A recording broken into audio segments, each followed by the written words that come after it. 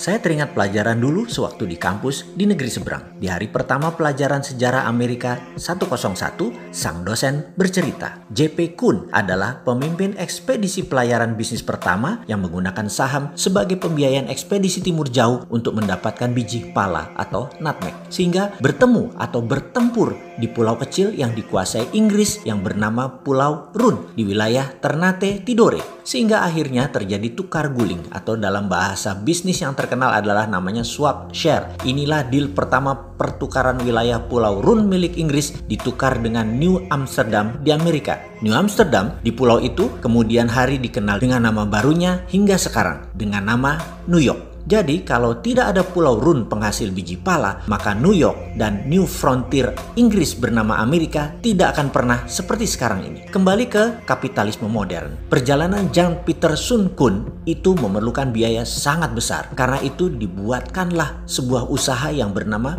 VOC, Dutch East Indies Company, milik berbagai pengusaha Eropa berbasis di Belanda. Mengapa multi owners? Karena semakin banyak yang store saham, semakin kecil risiko yang ditanggung dalam perjalanan yang berbiaya sangat besar tersebut. Inilah asal muasal awal kapitalisme modern, yaitu modal bersama urun dana di bursa keuangan. Maaf, ini juga yang jadi alasan Santara lahir, berdasar dua pengalaman sejarah, Colleganza Venezia dan VOC-nya Belanda. VOC adalah perusahaan pertama di dunia yang menjual stok atau sahamnya agar bisa dimiliki banyak pemodal secara masif. Karena itu, mereka terdiri dari pemilik 17 pemegang saham besar. Beda dengan Colleganza, pemegangnya orang kecil. Oke, nanti kita jelaskan lengkap di chapter khusus untuk Colleganza Venezia ini. VOC juga perusahaan pertama di dunia yang sahamnya dimiliki oleh multi-international owners. Ditambah dengan 21 tahun pemberian hak kelola spice, rempah, menjadikan VOC adalah perusahaan mega korporasi pertama di dunia. Hak yang utamanya adalah mengeksploitasi rempah Nusantara. VOC menjadi model pertama di dunia atas mega korporasi yang merubah dunia bisnis, dunia finansial, dunia saham, bursa efek, dunia sosiopolitik ekonomi, military political diplomasi, maritime exploration, dan penjajahan ekonomi oleh perusahaan global. Sengaja saya menuliskan panjang sejarah VOC ini agar bisa mengingatkan dari sejak awal Endos Nesos ini berdiri. Negara kepulauan terbesar di dunia ini adalah ditakdirkan sebagai global player. Banyak peristiwa besar yang membuat dunia seperti sekarang ini dilahirkan dan besar karena Indonesia. Juga mengingatkan bahwa Indonesia itu dijajah oleh VOC loh ya, dieksploitir secara ekonomi sumber daya alamnya. Kekuatan militer Hindia Belanda di setiap wilayah VOC yang membayar overheadnya bukan pemerintah kerajaan Belanda, tetapi swasta, yaitu VOC itu sendiri. Korporasi membayar power itu biasa. Lalu yang dibayar tadi juga tahu diri, yaitu agar langgeng VOC di negara jajahan sumber daya alam dan manusianya sampai habis, maka wilayah itu dilindungi dengan ketat oleh tentara. Samalah dengan Tiongkok, negaranya melindungi bisnisnya di negara lain. Pemerintah Amerika melindungi swastanya di Timur Tengah dan di seluruh dunia dengan 800 pangkalan, mulai dari pangkalan militer fisik yang terlihat hingga safe house. Mudah-mudahan pelajaran beginian bukan menyindir ketika ada pejabat miring ke salah satu karena dia tidak paham geostrategi negara lain. Maaf loh ya, maaf. Biasanya ya kalau tidak paham ya kaki tangan mereka. Wis, itu saja. Kembali ke VOC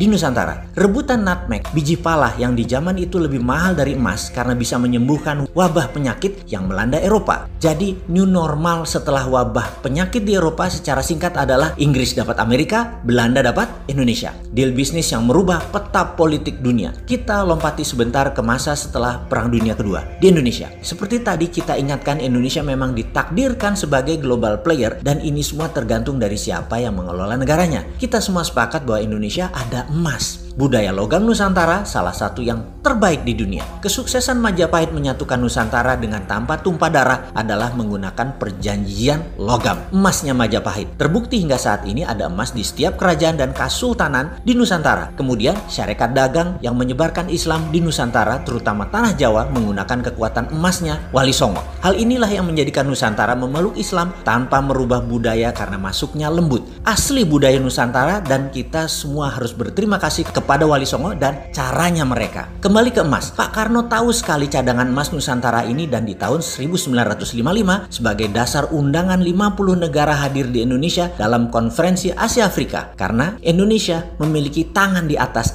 kekuatan emas tersebut. Cina, India, Pakistan, Mesir, Korea Utara, Kuba, semua tokoh revolusioner semua mengharap dukungan Indonesia. Bayangkan ada Nehru, Gamal Abdul Nasser, Zulfikar Ali Bhutto, Mao Zedong, dan legendaris dunia lainnya hadir di Bandung, kota kecil di negara yang baru 10 tahun merdeka. Karena apa? Itulah obor ala Indonesia, itulah IMF ala Indonesia. Presiden Soekarno tahu kekuatan sumber daya alam nasional. Kalau dijadikan jaminan untuk printing money, maka rupiah bisa lebih kuat dari dolar. Tapi sayang 1000 kali sayang, Pak Karno pemikir tunggal. Di bawahnya tidak siap karena cakar-cakaran kekuatan politik bermanuver, sehingga lupa mengelola tanah air tercinta dan membangun kekuatan pertahanan, terutama intelijen. Sungguh, membangun kekuatan politik dunia tanpa membangun kekuatan shadow, kita menjadi rapuh. Ketika CIA bergerak, kita tidak antisipasi. Langkah Soekarno adalah ancaman terhadap dolar. Dan terbukti 10 tahun kemudian CIA berhasil melakukan operasi clandestine menggulingkan Soekarno. Pak Karno menjadi sejarah. Kembali kita ulangi sekali lagi. Sepakat ya, Indonesia ini ditakdirkan memang untuk jadi global player. Kedepan kita harus perbaiki strategi bernegara dalam geostrategi antar negaranya. Inilah kekuatan yang harusnya saat ini diambil alih oleh pemerintah di saat gajah Cina Amerika bersih tegang. Sekarang dunia bergeser lagi peta politik dunia dengan adanya Thucydides trap antara Cina dan Amerika. Bener deh, kita tidak boleh terjebak obor Cina dan strategi keuangan ala IMF-nya Amerika. Kita harus bermain cantik di antara dua kekuatan. Sekedar mengingat,